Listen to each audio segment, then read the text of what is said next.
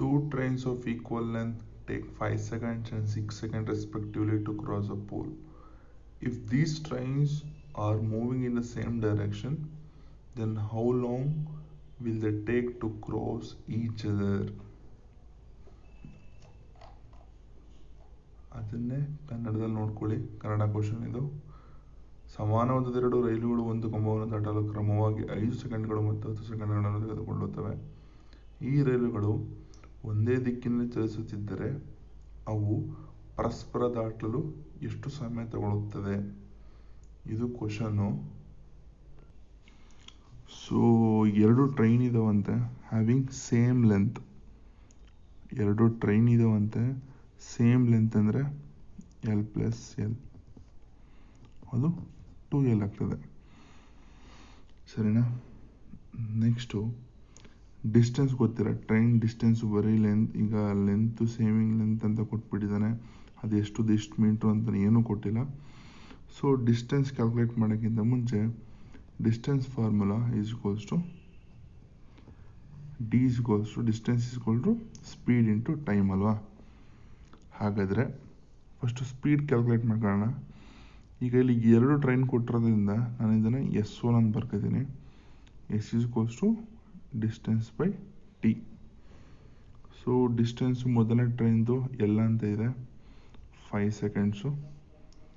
ಇಟ್ಟು ಎರಡನೇ train speed distance ಆಮೇಲೆ ಎಲ್ಲೇನೆ ಟೈಮು 6 ಸೆಕೆಂಡ್ಸು. ಸೊ ಈಗ ಅಲ್ಲಿ ಅವೆರಡು train in the same direction ಹೋಗ್ತಾ ಇದೆ ಅಂತಿದ್ರೆ ನಾವು ಅದನ್ನು ಮೈನಸ್ ಮಾಡಬೇಕು. ಆಪೋಸಿಟ್ ಏನಾದ್ರು ಇತ್ತು ಅಂತಂದರೆ ಅದನ್ನು ಅಡಿಷನ್ ಮಾಡಬೇಕು. So L/5 minus L/6, L/5 minus L/6 ಅಂತ ತಗೊಂಡ್ರೆ ಅದು ರಿಲೇಟಿವ್ ಸ್ಪೀಡು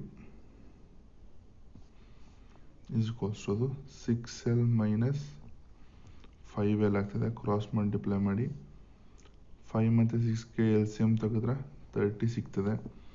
ಸೊ ಇದು 1L/30, ಇದು ಸ್ಪೀಡ್ ಆಯಿತು. ನೆಕ್ಸ್ಟು ಟೈಮ್ಗೆ ಫಾರ್ಮುಲಾ ಏನು?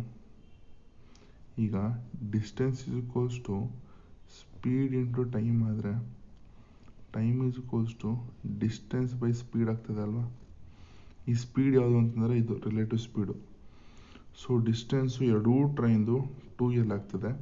ಕ್ವಶನ್ ಕೊಟ್ಟಿರೋದು ಅದನ್ನೇ, ಎಷ್ಟು ಟೈಮ್ ತಗೊಳುತ್ತೆ ಅಂತ ಇದೆ.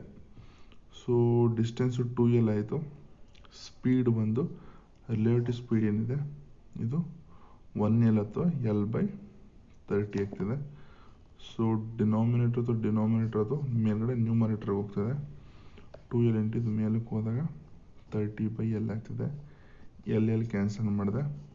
2 ಇಂಟು 30 60. ಸೊ ಟೈಮ್ ಎಷ್ಟು ತಗೊಳುತ್ತೆ ಅಂದರೆ 60 ಸೆಕೆಂಡ್ಸ್.